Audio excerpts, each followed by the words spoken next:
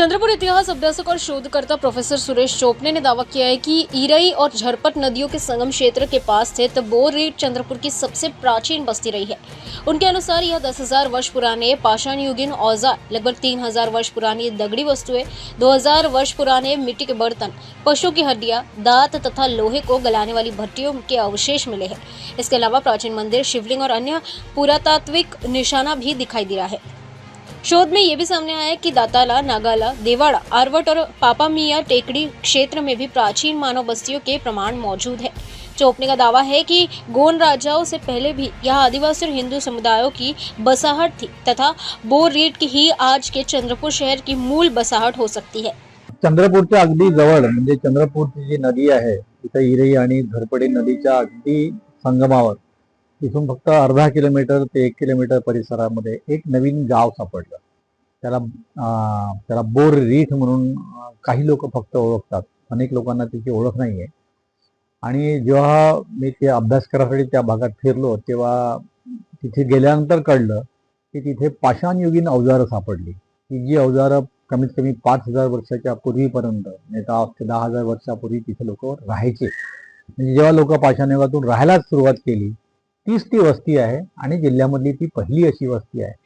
त्यानंतर मग तिथे अगदी प्राचीन जे सातवाहन काळातील लोक होते ते लोक सुद्धा तिथे राहायला लागले. त्याच्यानंतर वाकाटक काळातील लोक जे राजे होते त्यांचा प्रभाव तिथे होता आणि तिथे पण त्याच गावचे लोक तिथे राहायला लागले. त्याच्यानंतर मग यादव काळ शेवटचा जो होता त्या यादव काळात मध्ये तिथे शिवलिंग आहे, तिथले काही अवशेष आहेत ते त्या काळामध्ये होते. तर तोपर्यंत ते लोक तिथं राहिले. प्रचंड एक अर्धा किलोमीटर जवळजवळ रुंदीचं ते गाव होतं, मातीचं पूर्ण गाव होतं. आज तिथे टेकडी तयार झालेली आहे जवळजवळ 15 फुटाची. म्हणजे आजही तिथे जमिनीमध्ये खूप मोठमोठे घरं जे आहेत, अर्धवट घरं जी खाली पडलेले आहेत.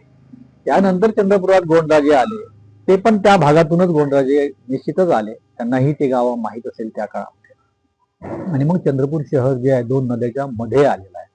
पण हा पुराचा काळ होता, पुराचा प्रदेश असल्यामुळे लोक इथे गाव करून राहत नव्हते. पण पापामिया टेकडीजवळ एक छोटंसं गाव असल्याचे पुरावे मला मिळाले. त्याच्यानंतर बाकीचे जे गावं आहे, पेठ ज्याला म्हणतो ते उशिरा पेठ शब्द आला होता. पण त्या ठिकाणी गावं होते प्राचीन काळामध्ये.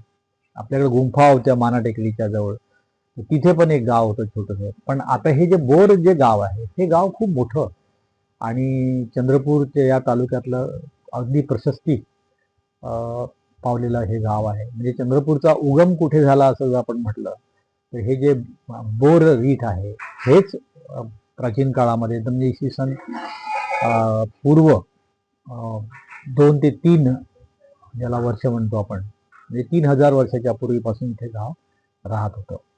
तिथे जे वस्तू मिळाल्या पहिल्यांदा हे असं गाव आढळलं की जिथे एकाच ठिकाणी पाषाणयुगीन अवजारं पण आहे, एकाच ठिकाणी लोकांनी तिथले जे खडक आहेत म्हणजे बेसॉल्ट आहे, सँडस्टोन आहे, हे याचे घरात वापरण्यात येण्यासाठी जे वस्तू आहेत त्या वस्तू म्हणून या खडकांचा वापर केला. म्हणजे छोटे छोटे खडक तुम्हाला तिथे आढळते. तिथे काही लोकांना नाणे वगैरे सापडले, जुन्या सातवाहन काळामधले नाणे होते, काही अलंकार होते ते पण सापडल्याचे पुरावे तिथे आहे.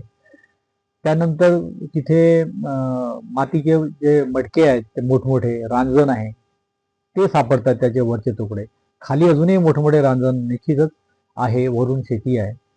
तिथे नंतर शेवटच्या यादव काळामध्ये शिवलिंग जे आहे ते शिवलिंग त्या ठिकाणी होतं आणि एक छोटंसं एक मंदिर सारखं त्या काळामध्ये त्या ज्यांची निर्मिती केली होती ते तिथे आढळतं. पण खूप प्राचीन काळातल्या सर्व गोष्टी तिथे आज आढळतात.